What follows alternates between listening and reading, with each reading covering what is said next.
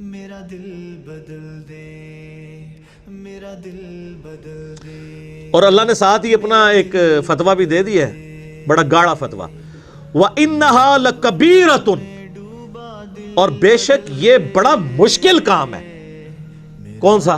صبر کرنا اور نماز پڑھنا، یہ بڑا ہی مشکل کام ہے۔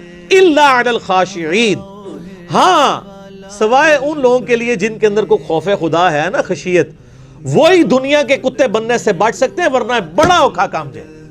اچھا، جس کو اللہ کہہ رہا ہے بڑا ہی اوکھا جے کرنا، تو کوئی شک نہ رہ گیا، اور واقعی پریکٹیکلی نظر بھی آ رہا ہے کہ سارے ہی اس راستے پہ چل پڑے۔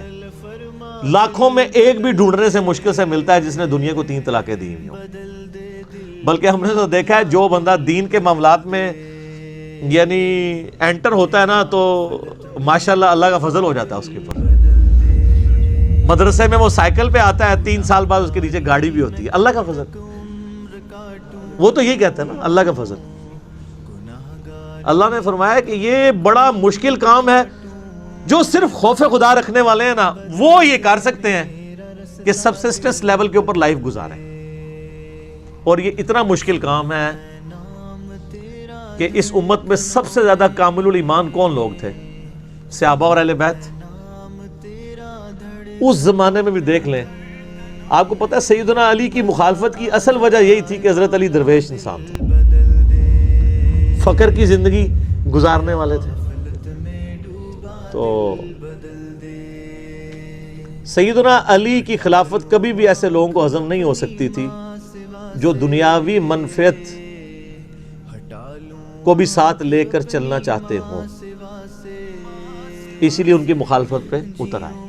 اس کے لیے سامنے تو کوئی اور بہانہ رکھا جاتا ہے نا، سامنے تو ہو سکتا ہے پاناما لیک آ جائے، کوئی آف شور کمپنی آ جائے، اصل بات کچھ اور ہوتی ہے اندر۔ سامنے جو ایجنڈا ہوتا ہے وہ ایسا ہوتا ہے جسے پبلک کو سیٹل کیا جائے۔ یہ میں ایک دنیاوی طور پہ ایک مثال دے رہا ہوں، میری کسی کے ساتھ کوئی ہمدردی نہیں ہے۔ میں کہتا ہوں آف شور کمپنی جس کی بھی نکلی ہے نا، وہ گورنمنٹ میں بھی لوگ بیٹھے ہوئے ہیں، نیب نے ان کے کیس بھی خارج کر دیے ہیں، آپ کے سامنے ہی ہے۔ ایک ہمارے پرائم منسٹر صاحب کے بڑے قریبی دوست ہیں، نیب نے 1 سال کے بعد کہا نہیں جی شواہد نہیں ملے، انہی شواہد کی بنیاد پہ ایک پرائم منسٹر فارغ کیا ہوا تھا۔ تو اس کا مطلب ہے پرائم منسٹر کو فارغ کرنا اصل مقصد تھا، اس کے لیے سامنے کوئی اور چیز لائی جاتی ہے، یہاں پہ بھی سامنے کچھ اور لایا جاتا ہے۔ اصل زندگی یہ تھی کہ درویشی کی زندگی مولا علی کے ساتھ کون، اس لیے مولا علی خلافت لینے سے انکار کیا تھا۔ انہوں نے کہا تھا میں اگر خلیفہ بنا تو پھر عدل ہوگا، عدل نہیں ہوگا تو میں پھر گوشہ نشینی اختیار کروں گا۔ تو پھر دیکھیں عدل تو پھر ہضم نہیں ہوتا نا۔ انہا لکبیرۃ، بڑا ہی اوکھا کام ہے، یہ پنجابی میں یہ ترجمہ ہوگا، سوائے انہاں لوگوں نے جڑے اللہ کو ڈر جان۔ اور اللہ نے ان کی نشانی بھی بتا دی ہے، کون ہے وہ لوگ؟ الذین یظنون انہم ملاقو ربہم، وہ لوگ جنہیں یہ یقین ہے کہ انہیں مر کے اپنے رب سے ملاقات کرنی ہے، وانہم الیہ راجعون، اور یہ کہ انہیں لوٹ کر اپنے رب کے پاس ہی جانا ہے، دنیا میں ہمیشہ نہیں رہنا۔ ایک تو دنیا کی زندگی عارضی، دوسرا اپنے رب سے ملاقات کرنی ہے۔ اللہ تعالیٰ تو پھر اکاؤنٹیبل ٹھہرا لے گا کہ ہاں جی جواب دے۔ جس کے اندر یہ موجود ہے نا خوبی، وہی صبر کرے گا دنیا میں روکھی سوکھی کے اوپر، اور کوئی نہیں صبر کرے گا۔ تو آپ دیکھ لیں پھر لوگوں کو صبر تو کوئی نصیب نہیں ہے۔